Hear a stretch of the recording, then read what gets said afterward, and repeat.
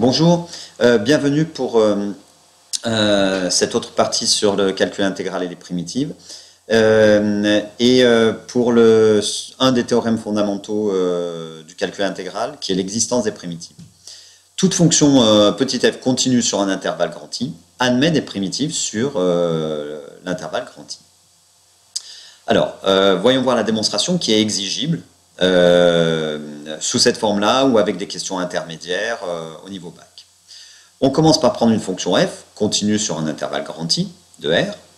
Puisque j'ai un intervalle grand I de R, je peux considérer A et B deux réels de grand I tels que petit a inférieur à petit b. On va supposer maintenant que la fonction f admette un minimum petit m sur AB. Ça veut dire quoi ça? Si je reviens aux définitions de la classe de seconde, ça veut dire que pour tout x appartenant à l'intervalle AB, f de x est toujours supérieur ou égal à petit m. D'accord? Voilà.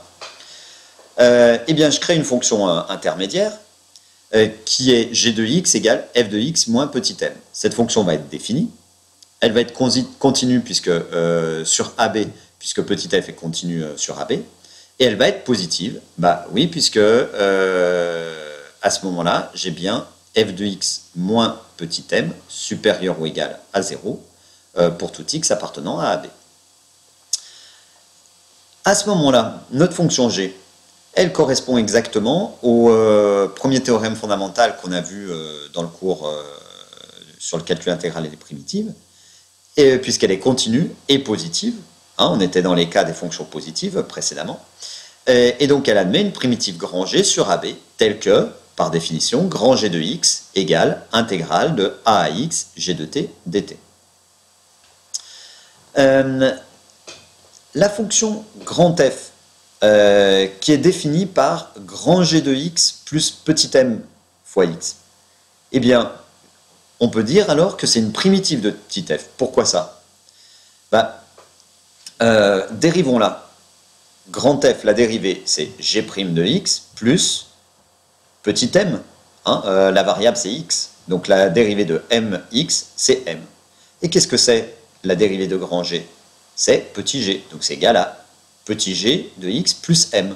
Et on reconnaît quoi?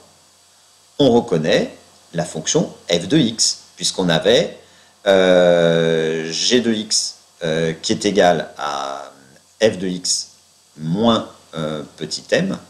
Donc f de x est égal à g de x plus petit m. Ça signifie par propriété que petit f admet grand f pour primitive sur l'intervalle AB. Ça correspond bien à la définition de la primitive, des primitives de petit f. Puisque petit f admet grand f pour primitive, et d'après la propriété d'existence des primitives à une constante près, donc petit f admet bien des primitives sur grand I, à une constante près. Voilà. Voilà cette démonstration du théorème fondamental.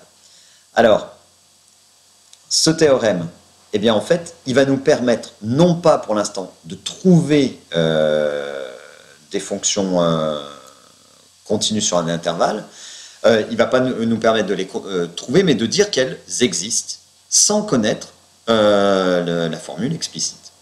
Voilà. Eh bien, à bientôt pour la suite de ce cours.